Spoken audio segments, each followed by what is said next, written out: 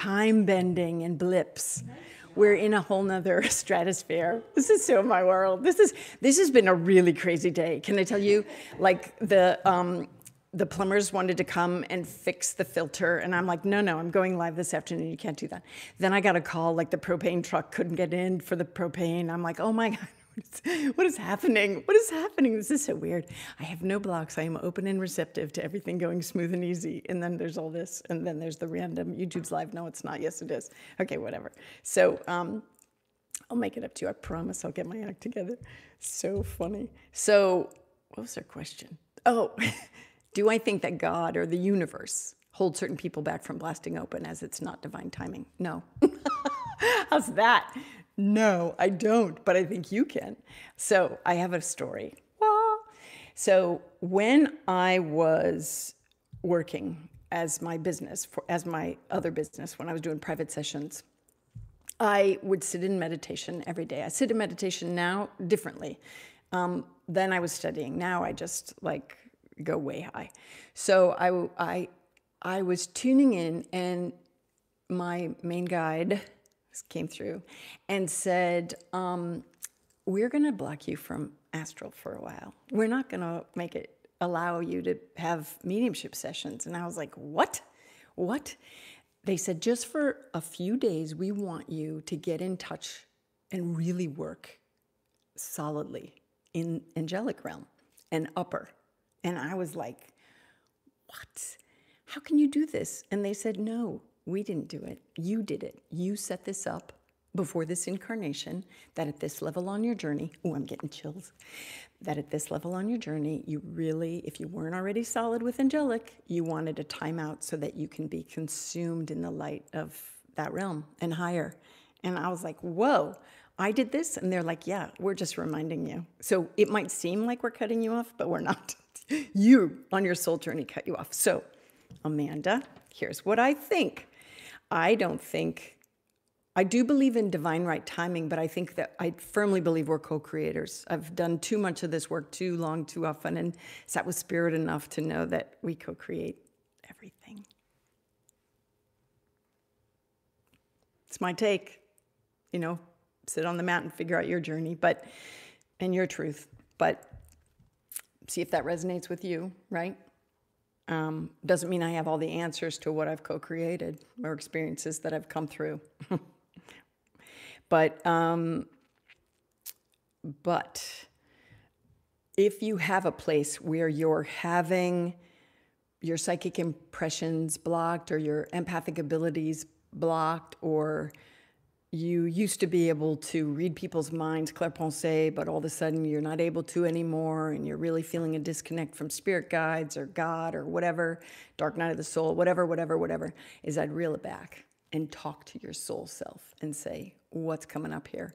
And then what I used to do with clients is I was like, all right, let me look through the Akashic records, what's happening? Or I'd look on their body in the chakra, like, with this question, because you asked specifically for spirit connection impressions, that might be brow chakra, aka third eye. I'm not a fan of using that word, but I'm reading the comments. Sorry. So I love you guys. So I would go in, and this center of intellect and psychic awareness, I would say, do I have any blocks here? What's happening here? This is going to be in my chakra journal that I'm working on. Is it this life? Past life? Tell me what I need to know. Give me an experience that unfolded. And if I'm not getting it now, keep me clear. Keep my ego out of it. Bring it to my awareness over the next week so I could sort it out. Am I afraid? What am I afraid of? Sometimes we're afraid that we're so powerful, that we're so capable, that it would freak us out. So say, drip it in, man, drip it in slowly so that my eyes might be open. I think that there were times in my own journey, and maybe the same is true for you, especially when you're getting opened by Reiki attunements and you're feeling energy and everything. You have to play in that arena. So you have to set aside time to really, work with this newfound muscle of whether it's clairsensation, feeling physical, spirit things on soul level, or, any of your soul senses, clairaudience, and just, what am I afraid of? what's happening? Did I have any lifetimes where I was considered crazy or off my rocker? Or is there any family lineage where that happened and I'm carrying the physical DNA in my energetic blueprint? How can I clear that trauma of the family? You know, my grandmother used to read tea leaves in her Irish coffee cup, right? And my dad, I think I told you, I have his reading palms book. And he always used to pretend at parties like he was a swami. So funny, my dad, I love him. And so here's me bringing it real, right?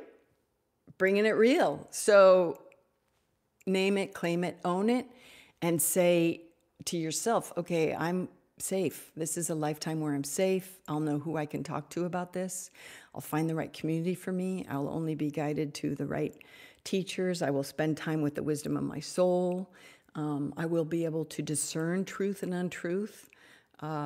That's important. I only want to know from the highest and best good for me. All of these things. So you can sit in time and go, what's my block? Which chakra is the block in that's holding me back or preventing me from my full potential? Because you're supposed to shine. We're all supposed to shine in joy, you know, and in life. Holy moly. So I'm guessing they don't think I'm ready yet. Do you think you're ready, Amanda? If you think you're ready, rock on, girl, rock on. Say, bring to my awareness every day, but it's got to be an everyday commitment to prayer. That's why I meditate every day is, you know, what do I need to know now? What do I need to know now? And any day that I skip it, that I don't have my coffee with my journal time of connection, or my sitting in silent time, or my walking through the wood time of pondering, I'm like, ooh, what's coming up for you that you don't want to see something? So it's really honoring the wisdom of your soul and recognizing, do you hold yourself back in any way? And honoring the power that you bring into this. So if the initial question is, do I think that God or the universe holds certain people back? No, I don't, because that's all the universe wants, is for us to shine. That's how we get the amazing planet in another level of conscious awareness. All people walking around with heightened consciousness. So, yeah, no. Be compassionate. I think that we hold ourselves back for when we feel we're ready, you know? Or maybe there's more to the story. So ask, what's coming up for me? What's happening? So I would spend time with your soul with journal. You know me. I also like to document it. So that's why I also journal it. I hope you hear me. Mm-hmm. So it says, I'd like to hear your opinion if you don't mind. That's my opinion. That's my sense. That's my wisdom coming in. And what's your wisdom? What's this about? What's happening for me? But cosmic all doesn't punish. Thank you, Constance. We punish ourselves. Thank you, Constance. I love your energy and all the topics you cover. Yay, I love you too. Thank you for sharing your knowledge. Aw, I greatly want to use my gifts to help others. Yes, yes, yes. May we all, you know, in whatever way, you know, whatever way. All right, next question.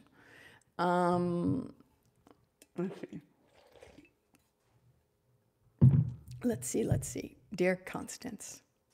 No name. I mean, maybe it's because when we printed it, we forgot to put the name. Oh, no, Vicky. There it is. Learning so much from your work. I'm curious if this is your experience. Yesterday, I went for a healing session, and the healer told me things from the guides that does not correlate with what I receive from mine. As a general question, I cannot be the only one who's experienced this and felt somewhat confused. I had to go home and ask a lot of questions all over again. So, yeah, about that. So, I hope I'm reading the question right. So, how would I handle that if I would go like, listen, I've done this in reads. I think I told you this before. I was sitting with someone because I was like, I'm going to go see how they are and how they surf the net, the spiritual net, right? So they were like, I've got, you know, Archangel Michael here. And I'm like going, oh, looking for Archangel Michael. I was like, I don't see Archangel Michael. I didn't tell them this, right? So I'm looking and I'm going, where are they connecting to? Where are they connecting to? So I waited for the information. It didn't really completely resonate, but I was like, okay, I'll take it. It's always about, does the information resonate with you? So does this happen? Sometimes I think this can happen if, I think the best thing to do is to when you're separate from the experience, but by all means, you can stop. You can stop the experience, say, I'm all set, never mind, like never mind. You also might want to, before getting a session from someone else, feel the energy of them to go, is this someone I really feel like my heart is expanding and open and singing to, and I really feel like I want to go here, or is this just a curiosity thing? I've done it for both. For others, because I'm just like, not in my work to other people, but when I go out and about in the world, I'm like, oh, let's go see this person, see how they are, see how they get their work. So the first thing is when you get kind of information that doesn't jive with you, is to just recognize that and say, is there any part of this that I should keep? Now, you can pose that question to your soul self, like, is there any part of this that was just uncomfortable for me to hear, so I just wanted to think no? Or is it just all hogwash, right? So you might get not okay. It doesn't resonate with you. It's not the time. And then I would ask, why doesn't it resonate? Is it not the time for me to hear it, or is it just not in alignment with my truth? And I would either ask myself or I would ask my guides. And then I'd be like, why did I go through that? Or, and do you know what just came through? Because when I've done it before, for me, it's because you didn't check. You didn't think like, is the information going to be worthy of my time and attention and doing anything with? That's important, right? So before you go into those sessions, I'd see if they resonate, if you resonate with them. And then if you get information that doesn't feel right, check it in your heart. You're always going to have to check it in your heart, even your truth barometer in life, right? You have to hold people accountable if they're fibbing to you, or not being forthright or honest or sincere. Unfortunately, that happens in the world of both spirit and people. And so there's another thing where someone might be channeling lesser evolved spirits. But usually you'll recognize that. Or maybe they're having an off day. Maybe they're having an off day and they're really not invested in it. Like sometimes I've had friends that are, just want to pick my psychic brains, or acquaintances that want to pick my psychic brains. And I'm like, no. No, you need to make an appointment. So I'll be invested in, and I hook in to that realm instead of having it within dialogue with you, because I really need to be hooked in to deliver the complete goods, right? So I'd ask, is there anything that was said that I should keep? And then again, if not, ask, why did I have to go through that? And then you can also say, you can either ask your soul, your wise self that's connected to all that is, or you can ask your guides, because you said, Vicki, that you've worked with guides. You could say, who got it right? Who got the information right? Did they get the information right, or did I get it right from you? And in that, if you recognize that there's a little bit of truth in what they said and a little bit of awkwardness in what you receive from your own guides, then you might want to work on your discernment and say, okay, help me know what the truth is. The journalist in me is always like, okay, what do I need to know? Who should I talk to get the information? Can't even talk. Information. What should I do with the information? Is it accurate? And you're going to check the resonance of truth by I love you too. I love you too. You're going to check the resonance of truth because it's going to feel expansive and it's going to feel good. And even if it's delivered uncomfortable information, you're going to know it as true, and it'll resonate. And so sometimes there are just people that are doing the work that aren't really as connected as they could be. And that's why, you just have to know and sit with it and see how it resonates with you. You see how pink my cheeks are? I'm hot. Like the heat is off in the house because it's winterish here, and it's so hot. I'm cooking. My shoes and socks are off. I'm cooking. So I'm sorry you went through that. It's always good to check, like, should I do anything with this? Is it true? Is it for my highest good? And then the best thing is to really develop a better or a really beautiful rapport with your own guides and angels and your own guidance, so that you can turn to yourself in regards to like your own inner wisdom. If like, help me understand what I need to know, keep me clear, keep my ego out of it. I only want to know the truth. and be grounded in the truth. And even if the information is difficult for me to accept and understand, please deliver it with compassion. Of course they will. It's love. They come from the frequency of love. So there's all that. I hope I answered that. Did I answer that? It's so funny. Oh my gosh. All right, let's go to the next question. Do you do one-on-one teaching? I am. This is it. This is it. This is it. Because if I did one-on-one teaching, I wouldn't be able to have time to do this. So there's that. And I thought about like Zoom classes to a bunch of people at once, but I want to have this stuff be affordable. So that's why I have to write more books or journals and hope people buy them to help supplement the income and hire me for speaking gigs so that I can get paid in other ways. The question goes on, how do you learn, Marissa asks, how do you learn to permanently tune out low vibrational astral beings? How can you stop beings like that from talking to you? Oh, well, that's a great question, right? So I would do a few things. One is I would discern the voices in your head and recognize when they're coming around. Is it that they're coming around in your day-to-day life? Are they coming around in your spiritual practice of sitting in communion with spirit? Those things, there's some things that you can do is wrap yourself in light and love, and that becomes a protection mechanism and setting your intention to only get in touch with the highest beings that are aligned with your truth that can come forward and give you guidance, right? And to build rapport with high-level guides. You're going to know them as true. Watch my trickster video if you haven't already seen it. Ugh, right? And it really is, if you come across some voices in your head that are not of goodness and truth, just turn your attention away. Same with what you would do if you're sitting in meditation and you meet a new guide, is you are going to ask, are you of truth? Are you of the light? And you can even throw light. Remember, imagine a big ball of light in your hands and throw light at them. And if they puff up and glow light, then they're who they say they are and they're full of light. But if they'll shrink back. And otherwise, just say, I have no time for you. You have no power here. Go away and turn your attention away from them. It could be because you have other lifetime experiences of working with lesser evolved entities and energies. And so just be like, not happening in this life. With intention, solid, you can be golden, right? And so I would definitely do that. I would also call on your angels to cart them off, to be like, help. I need help.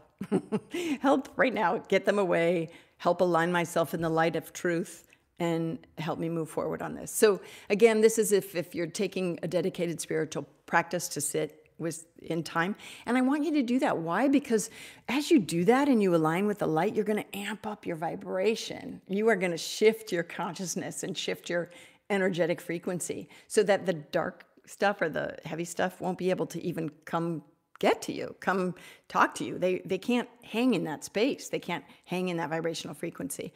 And so definitely ask your angels to surround you and block them from your energy field. Do that, all right, Marissa? And then you can also get this, solar plexus. Go into your solar plexus chakra. Watch the video again on that if you want to. And find out about soul contracts. You're not going to like this. Did you come into work with helping heal those entities? Well, I know someone that did. That's why I'm like, what? You brave soldier. Like, what? I don't want to do that at all. And so see if it's part of your soul contract in this life to work and deal with them and help heal them to move on, to go to the other side. You can also, if you decide, like, listen, I know I agreed to come into this life to do that. I've changed my mind. I'm canceling and tearing up that soul contract. I don't want any part of it. I want to just go light and help them shift by beaming light everywhere. You know, and when I say beam light, it's that energy frequency of love and light in the highest vibrations, right? You could also ask your angels to help cleanse and clear and bring about a healing. This is not just like, oh, I'm just going to say that as words. No, you need to do this as a practice. Look at me, I'm such a bossy cow. You need to do this. You need to do this. As part of your spiritual practice, to just really say, all right, I'm going to take the time to ask my angels and my guides in highest goodness and highest light to cleanse and clear my auric field, to get rid of any riffraff or any, I release and detach all energy that is in truth not mine. I claim back to me all energy that is. Let it be cleansed or dissolved by the light upon its return to me, and so it is. Because that is a really good thing. Cut, record, keep, that mantra. That meditative intonation phrase. Because there's this, right? There's some people that might have a soul contract to help cleanse and clear, or are of such a finer vibrational frequency that they subconsciously are cleansing and clearing vibrational spaces around them. And so they might naturally be whipping off the darkness of other people. You know, other people, we might, unless we're clearing out our chakras and our energy fields, we still might be carrying the heaviness of situations, right? This is why we have to live authentically and deal with our emotions as we come up and go through the chakras. I'm going to tell you, I've got this journal coming out that will help you go through your chakras to cleanse and clear, to make sure there's no leftover business that you haven't sorted. Because when you are still carrying around troubles and traumas, or picking up other people's troubles and traumas, and you know they talk to you and then you're carrying it, then it can bring you down, and that could be also what's haunting you, Marissa, is the voices of other people's stuff, right? It all depends if it's a soul contract. Marissa, I think it's a soul contract. So you're going to have to spend time. Look at me. This is kind of going personal. This is not content, but I think other people can benefit. So I'm going to say this, is spend time to go into your soul contract to say, what did I sign up for? How did I say I'd help? Can I rewrite the contract? Of course you can. And what I'd rather do is just be a beacon of light, so that when I pick this off of someone as I'm passing them on the street or coming in contact with them, that I'll know and feel it and cleanse and clear, or just bounce and transmutes in the light that I beam out, that I'm this vibrational space. This is where spontaneous healings can occur, whether on a spiritual, mental, emotional, physical, energetic level, and people don't even realize it, but they're around you and they just love your energy, and then all of a sudden they feel better when they walk away. Not because they've said anything, but because your energetic frequency has kind of transmuted a heaviness that they carry. This is what I'm getting is happening for, oh, thanks for the blessings. Love and blessings to you back. Thank you. I think that this message goes out to numerous spirits saying numerous people, which is why they had me go into it deeper. So if you're feeling like I'm being bombarded with these heavy, icky energies, then look at me, I'm so hot. Then sort it. I'm all about figuring it out. Sort it out. You don't have to live with that. You don't have to live with that. You're powerful. So definitely tune in and say, what can I do here? And then you're going to tune into your wise self with that intention of knowing from your wise self, your higher consciousness. And then if you need help, ask to be surrounded by your angels or high-level guides that can help you sort out what's happening, so that you can, move through it and process it. And I think that would be really helpful. So when the question is, how do you learn to permanently tune out lower astral beings, vibrational astral beings? How can you stop them from talking to you? Find out why they are. Don't ask them. Go higher and ask your angels, like, why are they talking to me? And then you engage in conversation and dialogue, right? For your own wisdom. Why are they talking to me? Do not listen to a voice that says, because you're bad and you deserve it. No, because you're amazingly vibrant light, and you've maybe processed pain in other incarnations or this, and who knows? So you follow that thread of the journey, and just every time, just douse yourself with light and love to know that you can receive guidance from the highest truth, so that you can be guided on this soul journey that is yours in this lifetime. I believe in you. Otherwise, I wouldn't be getting this. How do we cut cords from someone who repeats hurts us in this life, and person come back in their soul family? I just saw that one come in from Tammy. Can't believe I saw that in the whole mix. I have the wrong glasses to see that. So I'm going to answer that. I would sit with it again in spirit, and so by that I mean take dedicated spiritual practice time to sit and say, I want to be connected to the highest truth that's aligned with my soul, that can come forward and give me guidance, or I only want to listen from my wise self perspective.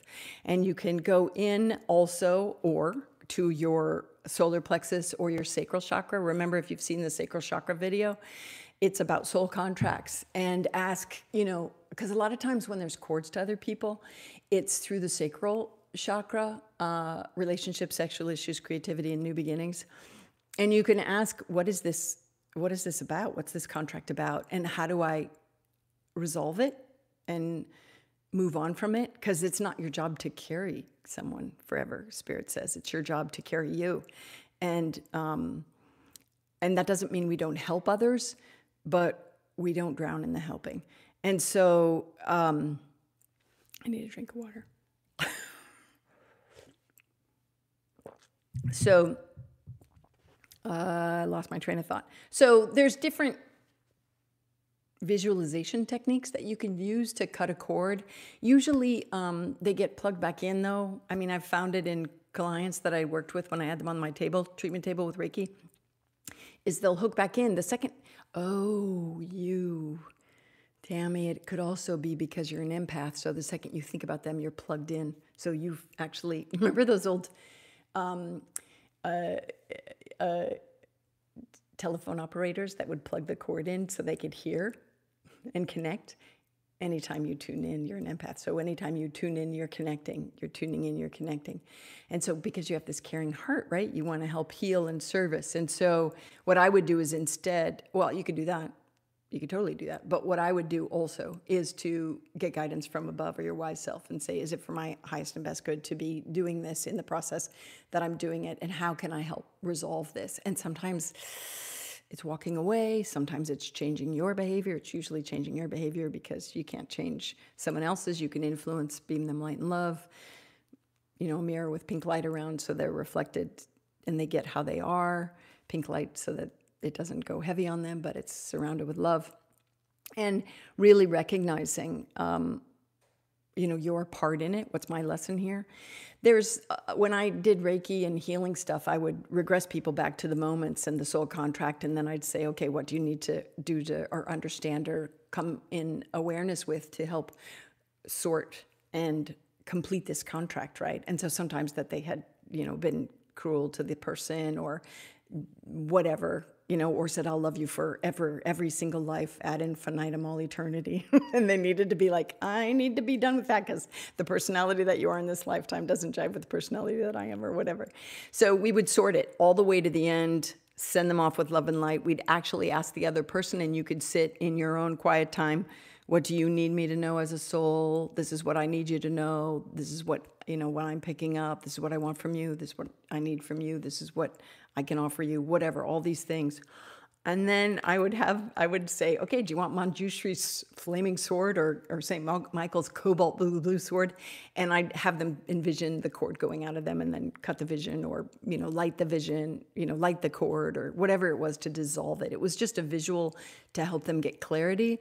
But I always had to remind them, anytime that you plug in again and you're starting to really care on another level, you're plugged in. And so much like an empath, or when I did work and I plugged in as an empath, I had to come out and clear and disconnect.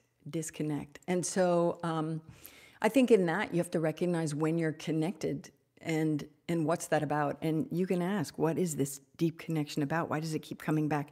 And I was just working on the karmic chakra. I work with the chakras also in the auric field.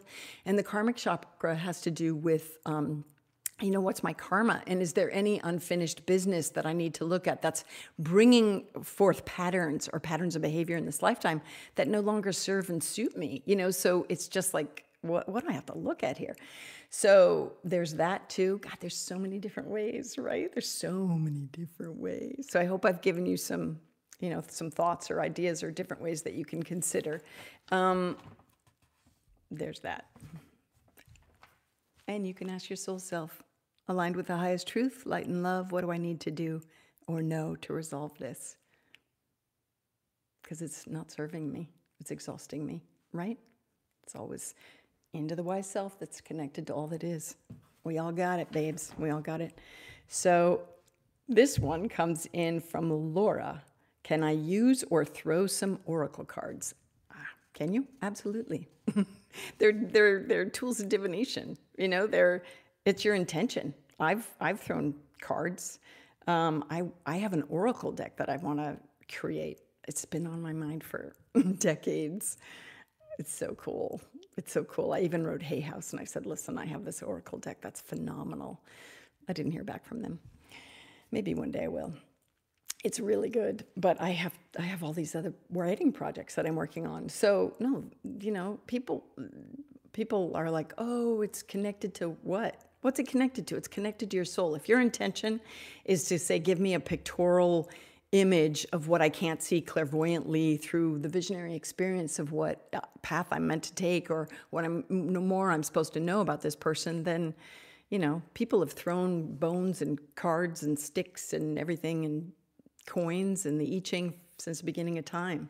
Do I think they're wrong or evil or unnecessary? No. Do I think you could do it without them? Yes. How's that? How's that? I forgot your name.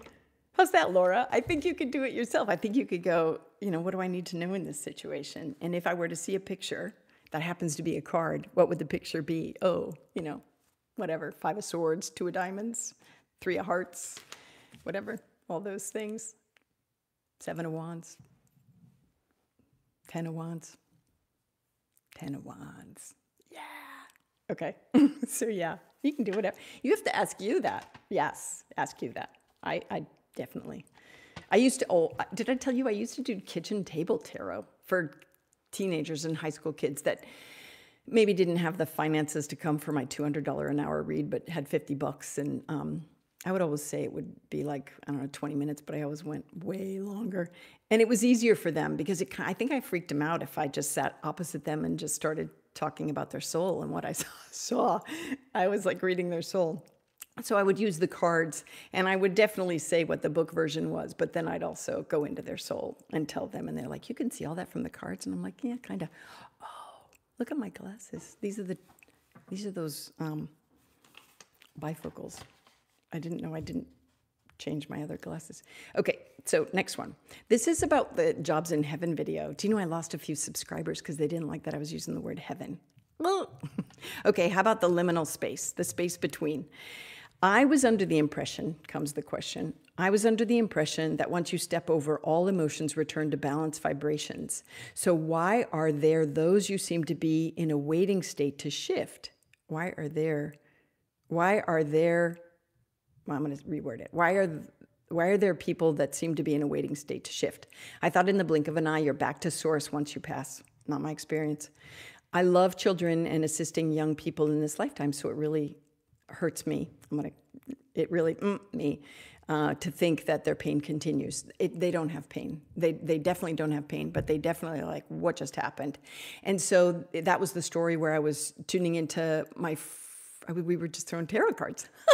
We were throwing tarot cards, and then I was looking around Kirk, and I was like, whoa, there's this kid dripping wet, right? And they didn't recognize the kid. They didn't know this kid. And then I was like, who'd you come with? Because, you know, when we see this stuff, there's a reason. So I was like, who'd you come with? And he was like, I came with him. And I, like, this arc of light went over to the chair in the corner. And there I see this guy, and I describe him, and it's Kirk and Robin's dad. And so I'm like, why did you come together? And it was that the dad, that was his job on the other side, is he decided to not reincarnate right away or just, you know, do whatever. He decided to stick around there and help people that had passed from traumatic death to kind of recalibrate with what was happening before they did life review and stuff like that. So it was quick ER, I guess, right? So that's what I get. So no, they don't, they're not suffering. Oh God, their pain doesn't continue. The pain dissolves right away. Like when you go to the light, the pain dissolves, but you are still processing. And so, so there's that. Whenever I've done mediumship, and I remember times where people, I should probably wait and tell you this later. No, I'm going to tell you now. People are like, oh, doesn't that hold them back or whatever? I'm like, no, it doesn't hold them back because consciousness is consciousness, and we can always communicate through soul, right? So, so a medium getting in touch with your loved one on the other side doesn't hold them back. They could still tap into the soul and help deliver information that they're fine, that they're still active, you know, as existence, just in a different plane of existence and awareness. And sometimes they're helpful. I wish you could pre-order the oracle cards. I haven't written all of them. There's like so many. I wish I could. I wish I could. I'm like, I have so many writing projects. I'm like, what's the order of importance? Oh, I'm so hot. How can we further develop being a conduit from the spirit world? This is from a Connie. I don't go by Connie. I go by Constance. I used to go by Connie, but not anymore. I like Constance. So that's what I go by. So, but this Connie says, how can we further develop being a conduit from the spirit world? I think you mean for the spirit world? Conduit from the spirit world? Develop being a conduit from. I think that your soul, once you pass your soul, the far reaches of what you want to do open up and you might change your mind. So if it's from the spirit world, there's that. But you can also be a conduit now for the spirit world, for each other, for all of humanity by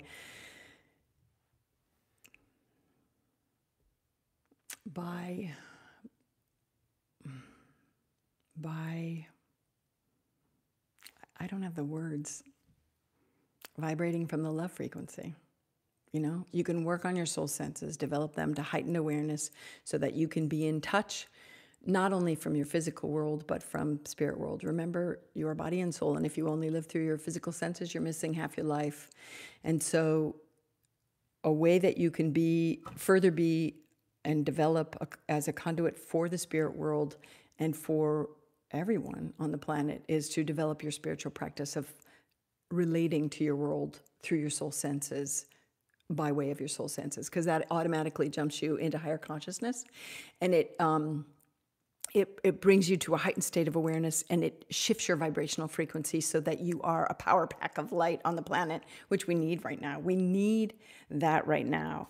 And so I'm wondering if I might slow down there and just tune into you. And then you see, I have more. So I've already got a head start on next month, but it's already 2:52 and I kind of want to just say hi maybe, unless I'm compelled to answer another one.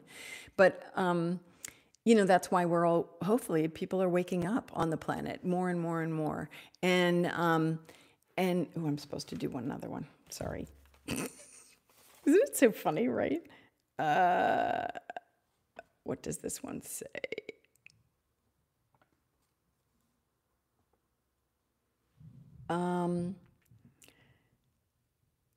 How to strengthen, I don't know who asked this, how to strengthen my psychic abilities.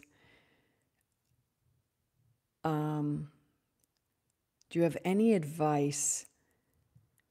Oh, for someone who said that when I work on strengthening my psychic abilities, I'm going to paraphrase this. I'm tempting the darkness. Really? Well, wouldn't that be something the darkness would say? Is don't do this work. Don't open up your heart. Don't connect to people. Don't deeply listen. So I'm going to flip that. I'm going to say, when you do this work, your psychic abilities are your soul senses. It's part of who you are, right? It's part of who you are, and what you came to do is to connect on these deeper levels so that you see others' auras, so that you hear animals talk, so that you hear the trees, so that when you're walking in the woods, you are so innately connected to nature that you are recognizing that you are cosmically aligned to all that is.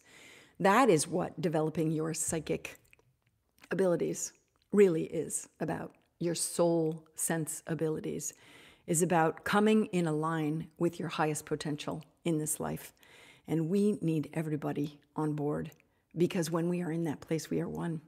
We realize, you walk down the street and you realize with your interactions, you see people's light, you see their souls, and you see yourself, and you see divinity in all of us, and you see the spark that we all are, the source light energy that we are.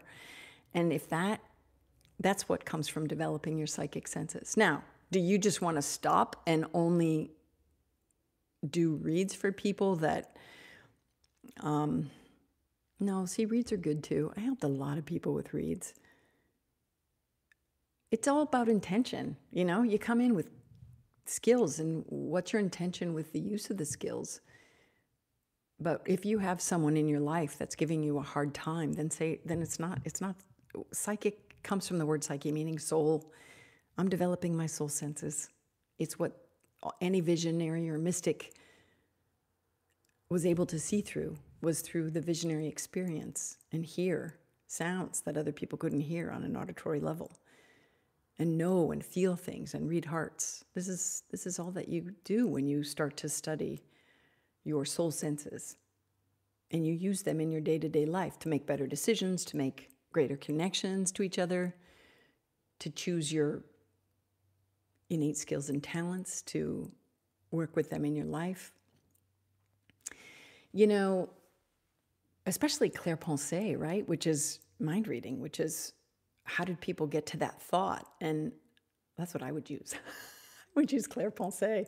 You know, maybe she thinks, this aunt of yours thinks it's her job to save your soul. Well, tell her you're all set there. I remember that. That is so true. I've had so many people that have been like, you should come to my church, or you should do this or whatever. And I'm like, I'm all good there. I talk to God and angels all the time. And to me, I use the word God, but when I tap into that light, it's cosmic all. There's no word, right? The word I grew up with is God. So that's the word I use. So, you know, you could use all that is, Great Spirit, you know, whatever your word is, use it, but it's more than me, but it's part of me. It's part of you. It's part of all of us. So, anyway, let's see if I could, I'm reading somebody's, okay, there's a few things. Hold on just a sec.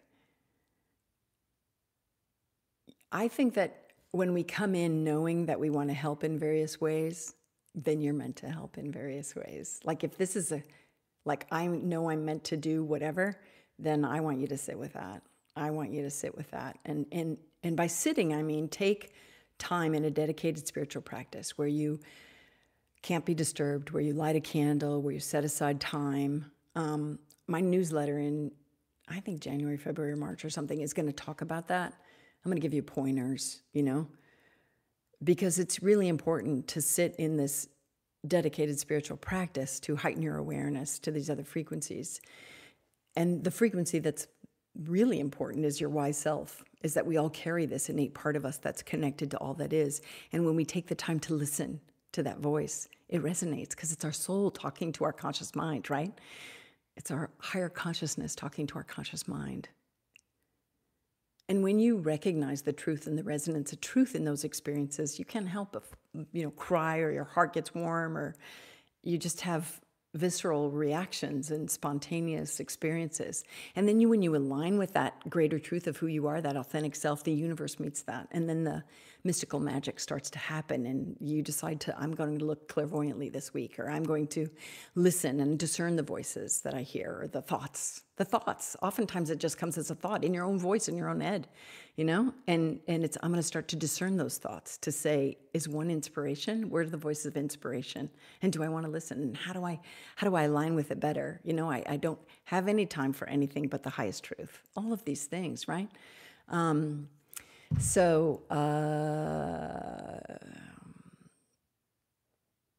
I think that when we want to develop our skills to help other people, in my opinion, the goal is to bring that into our everyday world. So in Some Dogs Talk, if you've read it, there's a point, I think, where the mom says to Tony, the protagonist, you know, maybe one day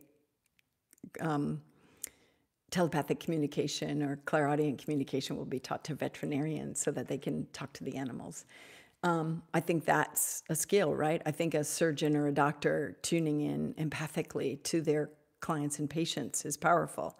I think a teacher tuning into the student, clair-pensée, like, what is it? Or a parent tuning in, clair-pensée, like, why am I struggling with them? Or having a soul-to-soul connection that you can't have in the real because you want to, you know them on a different level and understand what's going on. That's where we bring all of the soul senses into our physical life, troubleshooting problems at work and at home and with friends. Listen, I adore you. I'm so glad we had this. I'm so glad we had this time together. And I appreciate you, and I'm grateful for you. And I'm going to do this once a month. It's my promise. I promise. In between all the writing and in between everything that I'm doing, because I'm doing a lot. My team and I have a fabulous team. Shout out to my team, Constance Messmer. Thank you, thank you, thank you. And again, thank you for attending today, the mailbag. And if you want to submit a content-related question, sign up for my monthly newsletter. When you get it, hit reply and send in your question. I adore you, I adore you, I adore you. Thank you for being alive on the planet now. We need you. Thank you for shining your light and being authentically you, because who you are is what you came to do. Let your light shine. Light and love. Okay, now I'm gonna go off. I don't even know how to turn it off. How do I turn it off? I wish I could. Next time, maybe I'll read all this stuff. Love, love, love to everyone in the community. Yeah, amen to that. Thank you, thank you, thank you. I love it. You guys are amazing. Amazing. Yeah, everyone. All right. I don't know how to turn it off. Boop.